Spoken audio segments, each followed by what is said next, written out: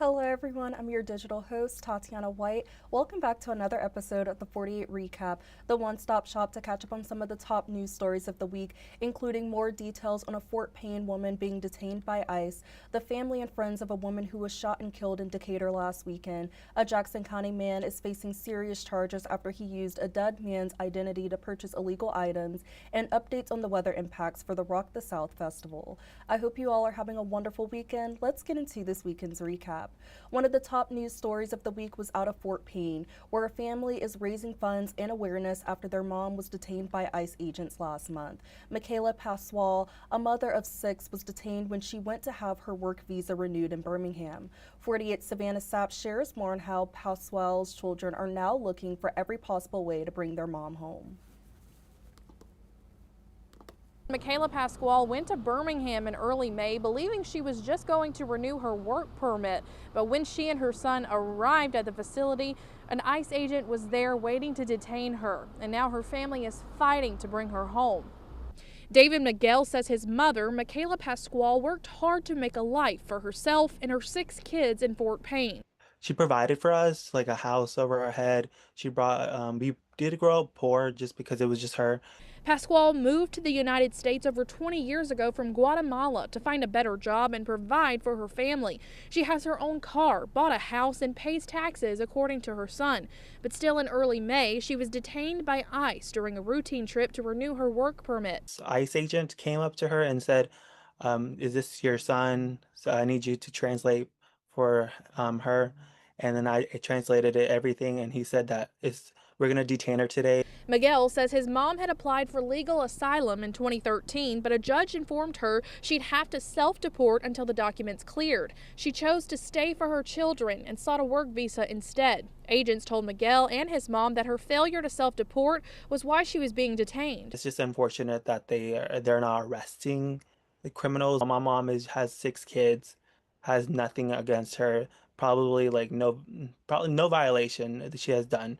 Probably maybe a traffic ticket. Miguel and his family have set up a GoFundMe in hopes to share her story and find a way to bring her home. Maybe someone out there could help change and just maybe able to bring her back. We want change, basically.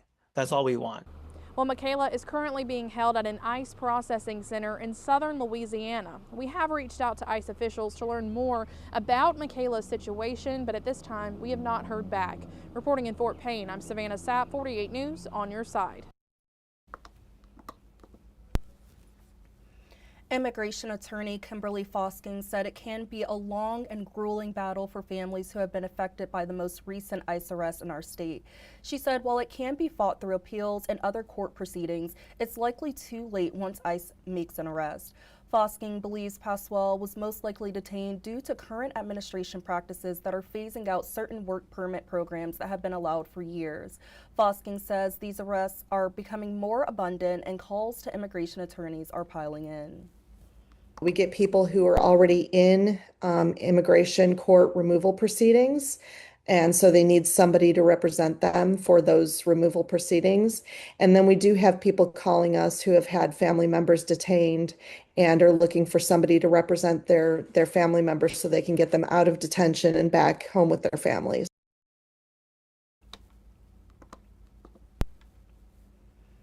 Fosking said the best options for families are to get some sort of residency status or legal asylum before detention happens. She says once the removal process has begun, it is very difficult to stop. And dozens of people in Decatur came together Thursday evening for a balloon release to honor a mother who was shot and killed last weekend. Kalia Ford said that Akira Harris was the kind of friend to give you the shirt off of her back. She said she was much more than a friend. Ford says that Harris was a loving mother and daughter. She said Harris had a special connection with her as a mother and that she cared very deeply about her daughter.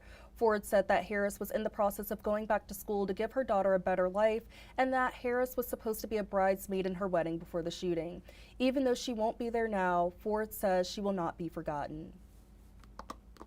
I love her friends love her sisters love her daughter love her very, very much, and we're going to be here to the end. Regardless if she's gone today, your legacy still lives on. Harris was shot on West Moulton Street early last Saturday morning. Ronald Bland was arrested in connection with this shooting. Ford said that he was Harris's best friend. On Friday, he had an Anaya's Law bond hearing. 48's Callie Neese was present during the hearing, and she learned that family and friends of both sides believe the suspect is not the shooter and he's been wrongly accused. Ronald Bland was granted a $50,000 bond today. I spoke with his family and they say this is a step in the right direction, but justice has not yet been served. He's kind, he's gentle. I don't believe Ronnie has any enemies. These words were used to describe the man accused of murdering Akira Harris, a mother who was working full-time and returning to school to create a better life for her daughter. The shooting happened early Saturday on West Moulton Street in Decatur at a club. Today, prosecutors and defense came to an agreement. If Bland makes his $50,000 bond, he must wear a GPS tracking device, report to a pretrial supervision program, and he must stay at least 200 yards away from where the incident happened. But Bland's mother is still in disbelief. He is a gentle soul. This is something he would not do. Bailey said the two were best friends and believes that someone else may have been involved. We need the public to come out and come to the Decatur Police Department, give tips, give anything that you seen that night. If you was there, we need it. Yesterday, I spoke with one of Harris's best friends, and she agrees with Bailey and Rice. Bland's mother told me she speaks with Harris's mother every day, and the both of them just want justice. At last check, Bland still remains in the Morgan County Jail on a $50,000 bond. Reporting in Decatur, Callie Neese, 48 News, on your side. Harris's funeral is scheduled for this weekend, and a Jackson County man is facing serious charges after he used a dead man's identity for years to buy dozens of guns illegally. 48's Noah Cowell shares more details on this story. George O'Connor was arrested for meth and fentanyl possession months ago, except that it wasn't O'Connor. He had already died a few years ago. If it wasn't for this one drug arrest, police wouldn't have known that Stuart Sandrock had been using O'Connor's identity for the past 10 years. Sandrock is charged with 7 counts of identity theft, using a fake identity to avoid being arrested, 1 count of first-degree drug paraphernalia, and another count of possessing firearms despite it being forbidden. Now, Sandrock couldn't legally own any guns because he was already a felon.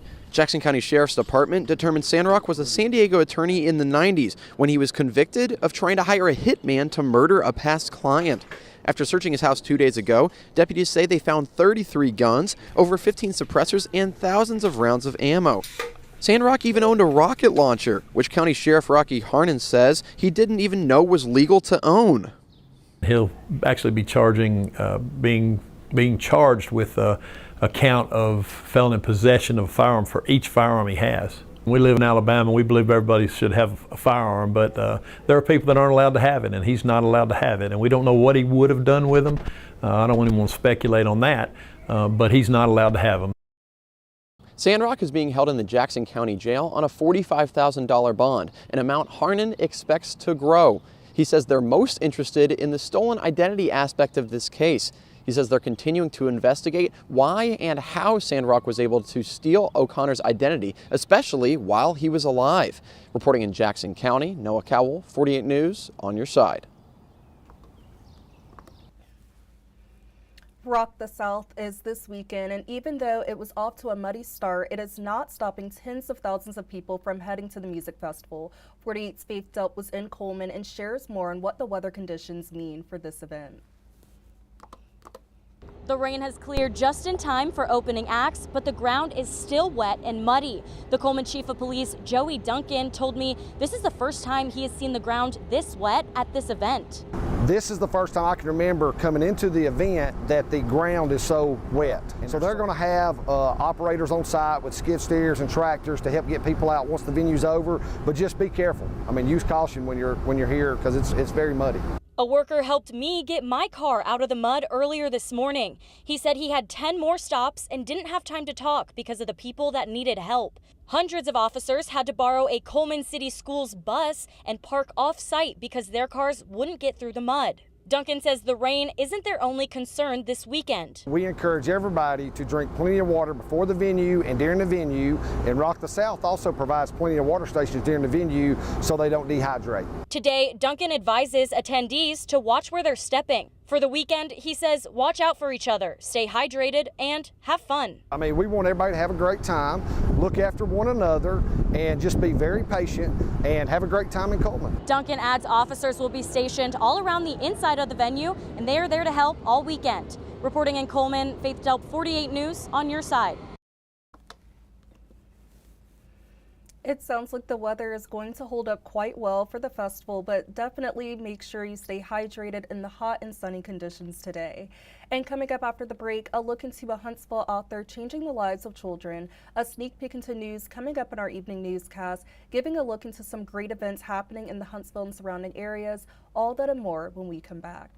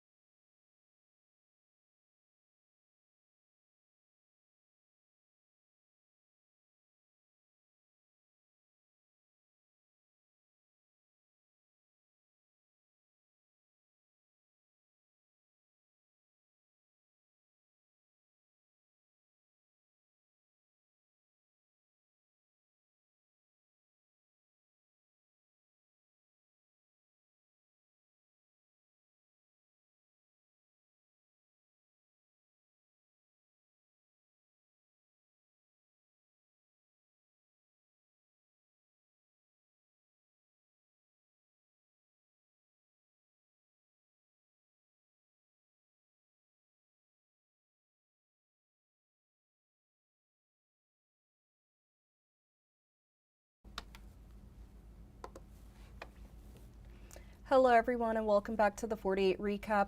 I had the pleasure of sitting down with the Huntsville author Dorian Stewart, who created a series titled Promise Pals. This book series gives children the tools they need to grow emotionally strong and spiritually rooted.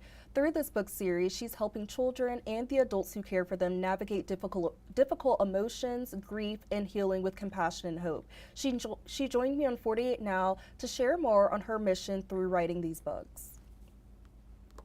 So Promise Pals is really coming from a place of a faith-based place where allows for kids to know that the promise is that they can be whoever they want to be. Yes. It's for all children who I say from the age of pre-K3, grade pre-K3, all the way up to about 3rd or 4th grade, where they can either read with their parents, read independently, and be able to, in every one of the stories, it says, say it out loud. I am with God, I am protected, and I am at peace. Or with God, I am chosen, cherished, and loved. And so it's so important that kids actually say it. It's one thing to hear a story, but if they are actually saying it and start to believe that they're chosen or they're smart or they are at peace, that starts to kind of live and grow inside of them. So it's so important for us as parents and educators to pour into our children, and also for them, the hope is that they begin to believe it themselves by saying it too.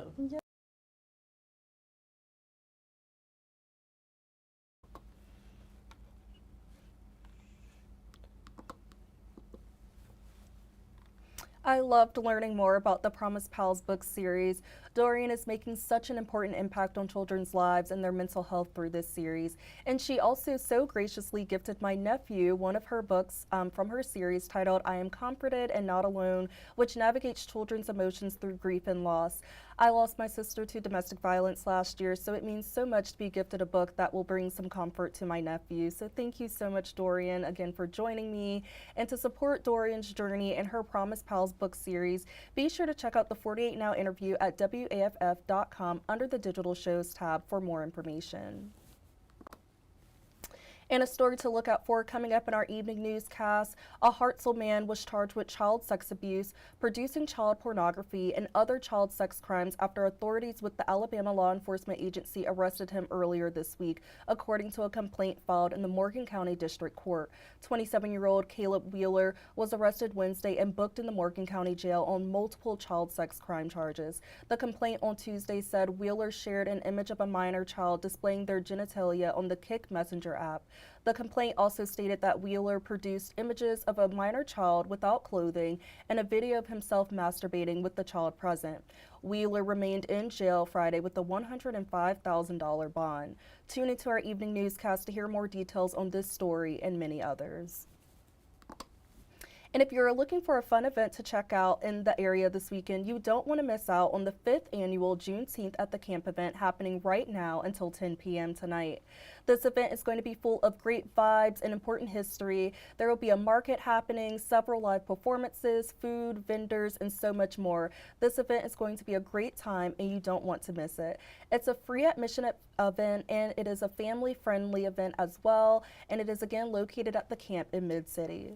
And another Juneteenth event you can enjoy tonight is also in Mid-City, and it is the Juneteenth Summer Skate Jam. The Skate Jam will be at the Orion Amphitheater with live Afro beats, food trucks, drink specials, and several vendors to shop from. You can bring your own skates or rent a pair on site for $12. Inline and quad skates are welcomed. Skateboards, longboards, and one-wheels are not permitted at this event. This event is free entry, and family and kids can skate from 5 p.m. to 8 p.m., and adults-only skating will be from 8 p.m. to 11 p.m. And an event to put on your calendar for next Saturday is the Women for Women 2025 annual fundraiser and fashion show. This is a celebration of sisterhood, style, and professional success. President of the Alabama Leading Ladies chapter of the American Business Women's Association, Tisha Crump, and Miss Senior Huntsville, Sonia Enfinger, joined me to share more about this wonderful event connecting women in the community. This event, it ties into helping one another shine. That's what's most important. And then we just took these last couple of months here to put together the planning for it, making sure that we have women in our community that's local to display their boutiques, their businesses, and you know, and that's what our organization is about. It's about diversity and, you know, inclusion, and making sure that, you know, whatever dream that you have, that it can come to fruition. So yeah. This event, it ties. Tisha and Sonia were such a joy to talk to, and this is an event you don't want to miss out on. The Women for Women 2025 fundraiser and fashion show is on Saturday, June 28th from 11 a.m. to 3 p.m. at Gigaparts Conference Center in Huntsville. This event promises to be a meaningful celebration of community, confidence, and connection. Tickets can be purchased online, and to hear more details about this event, the full 48 Now interview is available to watch on WAFF.com under the Digital Shows tab. And there are just some great events happening in the city this weekend and the surrounding areas, such as the Huntsville Water Lantern Festival, the Trash Pandas versus the Chattanooga Lookouts games, the Rocket City Records Jam session, and many more events to check out. So go out and enjoy all the fun events Huntsville and the surrounding areas have to offer this weekend. And also check out Huntsville.org's event tab and WeAreHuntsville.com's event calendar to check out more events happening this weekend. And that's all I have today for the 48 recap. Let's check out some of today's Saturday snapshots. So for today's Saturday snapshots, I wanted to highlight some of our 48 staff out and about at the hot dog eating contest event hosted by the Madison County Sheriff's Office and Monrovia Fire and Rescue. 48's Chief Meteorologist Brad Travis was at the event enjoying the dunk tank, as you can see in the video on your screens.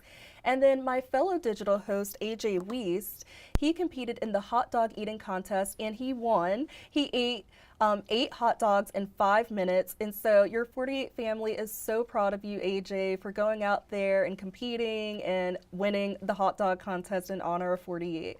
And look at this awesome trophy that he won. He even wore a Chicago hot dog shirt to get in the right spirits. So we're so proud of you, AJ. And I'm just loving seeing our 48 crew having a blast on this beautiful summer day.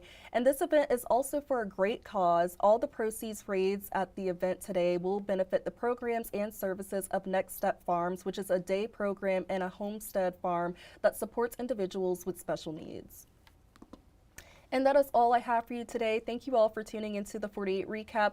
Don't forget to tune into 48's Weather Extra segments. Our meteorologists go live every Monday through Friday at 10:30 a.m. and 9:30 p.m. and every Saturday and Sunday at 8:15 a.m. and 4:30 p.m. Meteorologist Jeff Denoyers will be in for today's 4:30 edition of Weather Extra. And this is just another way to give you all extra insights on the latest weather forecast. Make sure to download our 48 apps and follow us on our Facebook and YouTube channel so you don't miss any updates on the weather.